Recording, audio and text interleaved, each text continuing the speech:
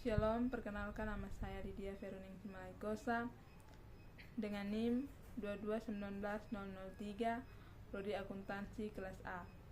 Di sini saya akan menjelaskan esai dan kasus. Yang pertama,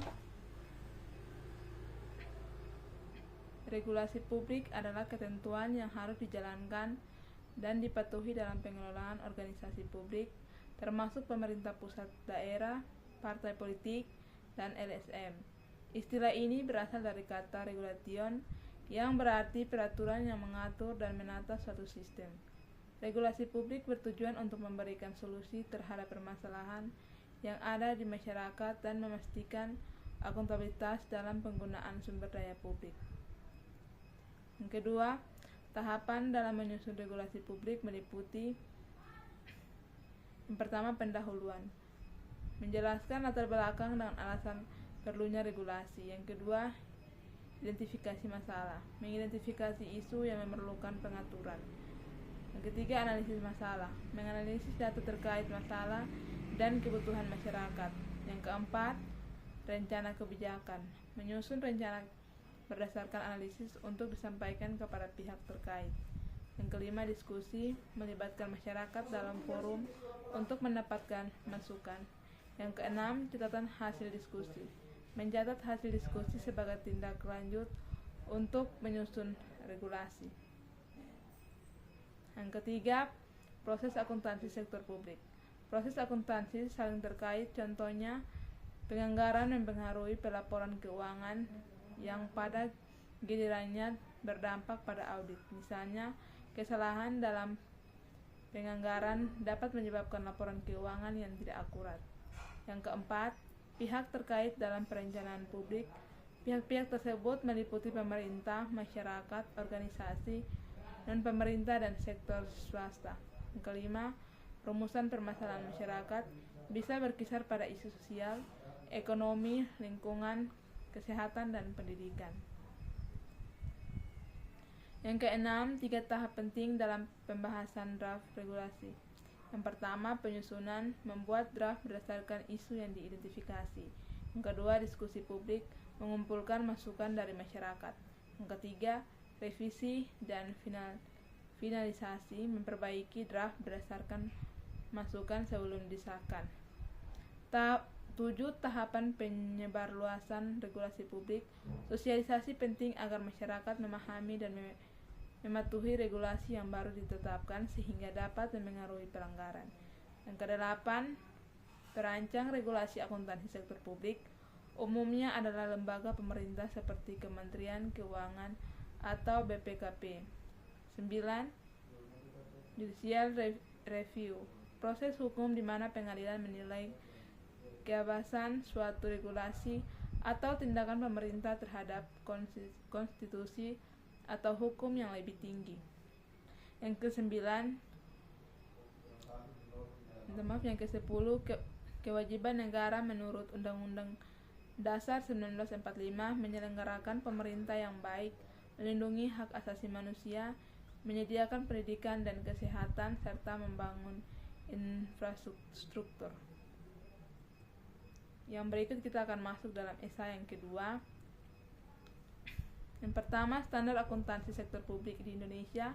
Standar akuntansi pemerintah atau SAP yang meliputi PSAK 71, PSAK 50 dan PSAK 55 serta pedoman akuntansi yang ditetapkan oleh Komite Standar Akuntansi Pemerintah atau KSAP. Yang kedua, pernyataan penyusunan pedoman akuntansi diperlukan untuk memastikan konsistensi dan transparansi dalam laporan keuangan pemerintah serta meningkatkan akuntabilitas dan keandalan pengelolaan keuangan publik. Yang ketiga, tujuan penyusunan pedoman akuntansi menjadi acuan bagi entitas pemerintah dalam menyusun laporan keuangan yang akurat dan sesuai dengan peraturan perundang-undangan. Yang keempat, hubungan antara standar pelaporan dan standar audit. Standar pelaporan menetapkan bagaimana laporan keuangan disusun, sedangkan standar audit mengatur bagaimana laporan tersebut diperiksa untuk memastikan kebutuhan terhadap standar pelaporan. Yang kelima, perkembangan pemikiran standar akuntansi sektor publik di Indonesia. Dimulai pada tahun 1973 dengan pembentukan IAI yang terus beradaptasi dengan perkembangan global dan harmonisasi dengan IFRS untuk meningkatkan kualitas laporan keuangan. Yang keenam, tahap-tahap dalam menyusun standar akuntansi. Yang pertama, identifikasi kebutuhan, menentukan isu yang perlu diatur.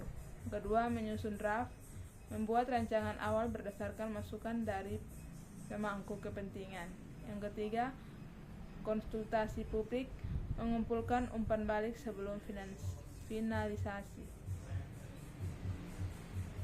Yang berikut, ketujuh, standar nomenklatur adalah draft perkiraan yang disusun secara sistematis untuk memudahkan perencanaan, pelaksanaan anggaran, pertanggungjawaban, dan pelaporan keuangan dalam organisasi sektor publik. Sistem pengelompokan dan penamaan akun yang digunakan dalam laporan keuangan untuk memudahkan pemahaman dan analisis. Kedelapan, hal-hal yang harus dipertimbangkan dalam menyusun standar nomenklatur, keterpahaman istilah, relevansi dengan praktik akuntansi saat ini, serta kesesuaian dengan regulasi yang berlaku. Yang kesembilan, ruang lingkup standar akuntansi pemerintah meliputi penyusunan laporan keuangan, pengelolaan aset, pengakuan pendapatan dan beban, serta pengungkapan informasi keuangan. Yang ke-10, tujuan susunnya standar pemeriksaan keuangan negara untuk memastikan bahwa pengelolaan keuangan negara dilakukan secara transparan, akuntabel, dan sesuai dengan peraturan perundang-undangan yang berlaku. Kita masuk di esa yang ketiga. Yang pertama, akuntansi sektor publik perlu dipelajari secara tersendiri karena memiliki karakteristik unik yang berbeda dari akuntansi bisnis seperti tujuan non-profit, sumber pendanaan dari pajak, dan pertanggungjawaban kepada masyarakat. Yang kedua, perbedaan utama meliputi: yang pertama, tujuan. Sektor publik berorientasi pada pelayanan, sedangkan sektor swasta berorientasi pada profit. Yang kedua, sumber pendanaan. Publik mengandalkan pajak dan sumbangan, swasta mengandalkan modal dan laba. Yang ketiga, keunikan akuntansi sektor publik termasuk transparansi anggaran dan akuntabilitas kepada masyarakat. Yang keempat, pertanyaan tersebut mencerminkan bahwa akuntansi sektor publik di Indonesia seringkali masih menggunakan basis kas, sedangkan sektor swasta telah beralih ke basis akrual, mengakibatkan keterlambatan dalam pengelolaan keuangan. Nomor 5, menurut Dickerman dan Taylor dalam Henley et al. 1992, perbedaan antara laporan keuangan sektor publik dan sektor swasta meliputi: yang pertama, fokus dan lingkup. Laporan keuangan publik berfokus pada aspek finansial dan non-finansial, sedangkan laporan swasta lebih menekan pada kinerja finansial. Yang kedua, tujuan. Laporan publik bertujuan untuk akuntabilitas dan pengelolaan sumber daya, sementara laporan swasta lebih pada profitabilitas. Yang ketiga, pengukuran kinerja. Kinerja sektor publik diukur dengan mempertimbangkan dampak sosial, sedangkan sektor swasta mengutamakan hasil finansial. Keenam, persamaan antara keduanya adalah keduanya membutuhkan informasi relevan untuk pengambilan keputusan dan terikat pada peraturan hukum yang sama. Ketujuh, konsep dasar penilaian kinerja organisasi sektor publik saat ini berfokus pada efektivitas dan efisiensi pelayanan publik. Yang kedelapan, kesulitan dalam Beckman meliputi: pertama, perbedaan tujuan antara sektor publik dan swasta. Yang kedua, keterbatasan data yang tersedia untuk evaluasi kinerja di sektor publik. Yang kesembilan, perbedaan kultur. Yang pertama, sektor publik cenderung birokratis, kaku, dan hierarkis. Yang kedua, sektor bisnis atau swasta lebih fleksibel, data, dan responsif terhadap perubahan pasar. Yang ke-10, dasar hukum organisasi. Sektor publik diatur oleh undang-undang pemerintah, sedangkan organisasi bisnis tunduk pada hukum perusahaan dan komersial. Yang berikut esai yang keempat. Yang pertama, kerangka konseptual akuntansi sektor publik merumuskan konsep dasar untuk menyusun dan melaksanakan siklus akuntansi termasuk perencanaan, penganggaran, pengadaan barang dan jasa, pelaporan, audit, serta pertanggungjawaban. Yang kedua, tujuan utama dari penggunaan kerangka konseptual akuntansi sektor publik meliputi yang pertama, acuan bagi penyusun standar, menjadi pedoman bagi tim penyusun standar akuntansi keuangan sektor publik dalam tugas mereka. Yang kedua, pemahaman praktik akuntansi, membantu penyusun laporan keuangan memahami praktik akuntansi sesuai prinsip yang berlaku. Yang ketiga, evaluasi oleh auditor, memfasilitasi auditor dalam memberikan pendapat mengenai kesesuaian laporan keuangan dengan prinsip akuntansi. Yang keempat, intervensi bagi pengguna, membantu mengguna laporan keuangan dalam menafsirkan informasi yang disajikan. Yang ketiga, asumsi akuntansi adalah prinsip dasar yang mendasari penyusunan laporan keuangan. Berikut adalah beberapa asumsi utama entitas ekonomi memisahkan entitas dari pemilik. Yang pertama, kontinuitas usaha, mengasumsikan perusahaan akan terus beroperasi. Yang kedua, satuan moneter, menggunakan satuan uang atau untuk pencatatan. Yang ketiga, periode akuntansi, menetapkan periode laporan tertentu. Yang keempat, biaya historis, mencatat biaya sesuai dengan nilai saat transaksi terjadi. Yang keempat, karakteristik kualitatif akuntansi sektor publik mencakup relevansi, keandalan, perbandingan, dan keterpahaman informasi yang disajikan. Yang kelima, relevansi informasi diukur dari kemampuannya untuk mempengaruhi keputusan pengguna dengan memberikan konteks yang sesuai. Yang keenam, kualitas perencanaan publik merujukan pada kemampuan untuk merumuskan rencana yang efektif, efisien, dan responsif terhadap kebutuhan masyarakat. Yang ketujuh, unsur pengelolaan berbasis kegiatan meliputi perencanaan, pelaksanaan, pengawasan, dan evaluasi yang mempengaruhi kualitas anggaran publik. Yang kedelapan, karakteristik kualitas output realisasi anggaran publik mencakup akurasi, ketetapan waktu, dan kesesuaian dengan tujuan yang ditetapkan. Yang kesembilan, tahapan pengadaan barang dan jasa publik meliputi perencanaan, pengumuman, lelang, evaluasi penawaran, penetapan pemenang, dan kontrak. Yang ke-10, kualitas pelaporan sektor publik adalah tingkat keakuratan, transparansi, dan relevansi informasi yang disampaikan kepada publik. Baik, kita akan masuk dalam kasus yang pertama, Undang-Undang Keuangan Negara dan Sosial Kebocoran. Undang-Undang Keuangan Negara Nomor 17 Tahun 2003 tentang Keuangan Negara merupakan landasan hukum pengelolaan keuangan negara di Indonesia. Undang-undang ini mengatur bagaimana pemerintah pusat dan daerah harus mengelola anggaran, belanja, dan pendapatan negara secara transparan dan akuntabel. Tujuan utama undang-undang ini adalah menciptakan tata kelola keuangan yang baik untuk meningkatkan kesejahteraan rakyat serta mengurangi risiko penyalahgunaan anggaran. Undang-Undang Keuangan Negara juga menegaskan pentingnya akuntabilitas dan transparansi dalam setiap proses penganggaran, mulai dari penyusunan, pelaksanaan, hingga pertanggungjawaban. Dengan demikian, pemerintah diharapkan mampu merancang anggaran yang tepat sasaran, efisien, dan sejalan dengan kebutuhan masyarakat.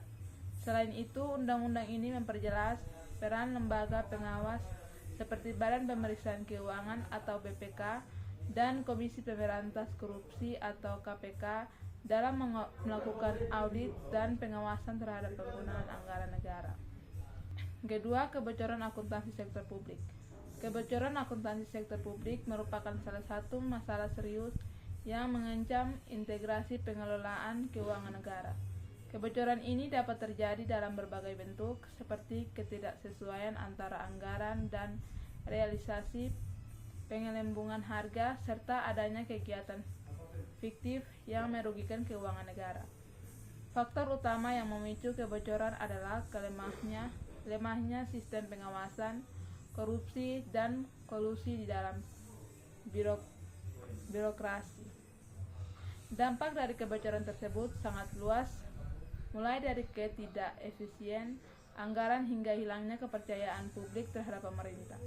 Selain itu, kebocoran keuangan ini juga memperlambat pembangunan dan menyebabkan kerugian negara yang besar. Dalam menghadapi masalah ini, diperlukan reformasi tata kelola keuangan yang lebih ketat, serta meningkatkan peran lembaga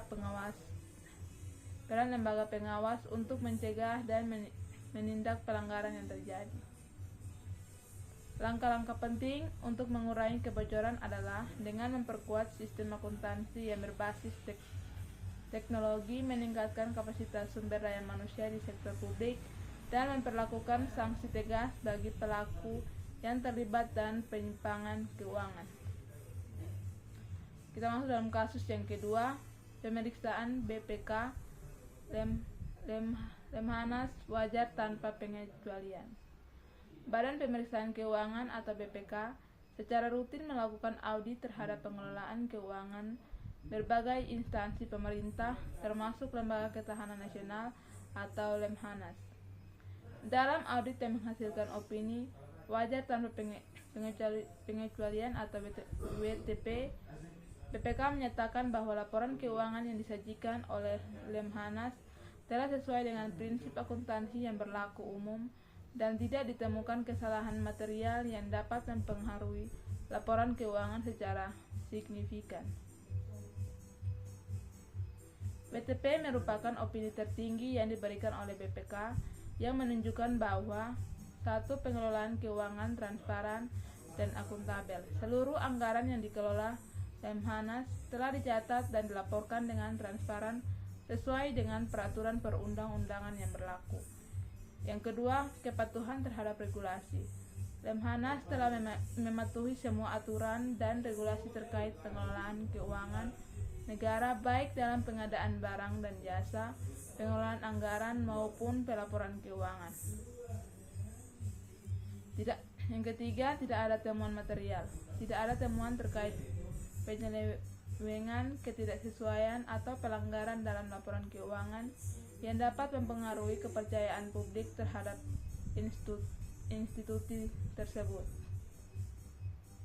Opini WTP yang diberikan BPK terhadap Lemhanas merupakan pengakuan bahwa lembaga tersebut telah mengelola anggaran dengan baik dan sesuai dengan standar yang telah ditetapkan. Meski demikian, BPK tetap memberikan rekomendasi untuk terus meningkatkan efektivitas dan efisiensi pengelolaan anggaran agar tata kelola keuangan yang baik tetap terjaga di masa mendatang. Kasus yang ketiga, banyak BUMN terjerat masalah keuangan. Banyak badan usaha milik negara atau BUMN di Indonesia saat ini menghadapi masalah keuangan yang diungkapkan melalui audit terhadap 32 BUMN oleh Badan Pemeriksaan Keuangan atau BPK. Audit ini mengindikasikan kerugian negara sebesar 2,48 triliun dengan laporan keuangan yang tidak wajar dari beberapa BUMN termasuk PT Sarana Karya. Selain itu, temuan BPK menunjukkan adanya indikasi korupsi di PT Land Industri dan PT Telkom, serta masalah lainnya seperti kredit macet di beberapa BUMN. Dalam presentasinya, Widodo mumpuni dari BPK menekankan pentingnya peningkatan sistem akuntansi seperti di RSCM yang perlu perbaikan substansial.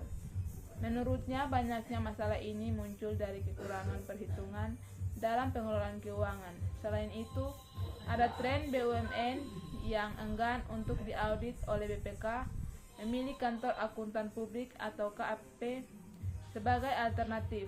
Hal ini terbukti dalam penurunan jumlah BUMN yang diaudit BPK dari tahun ke tahun.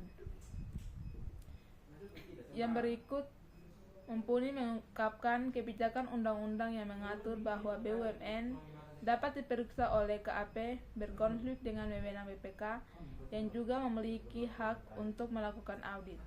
Hal ini menciptakan ketidakefisien di mana satu BUMN dapat diaudit oleh kedua lembaga.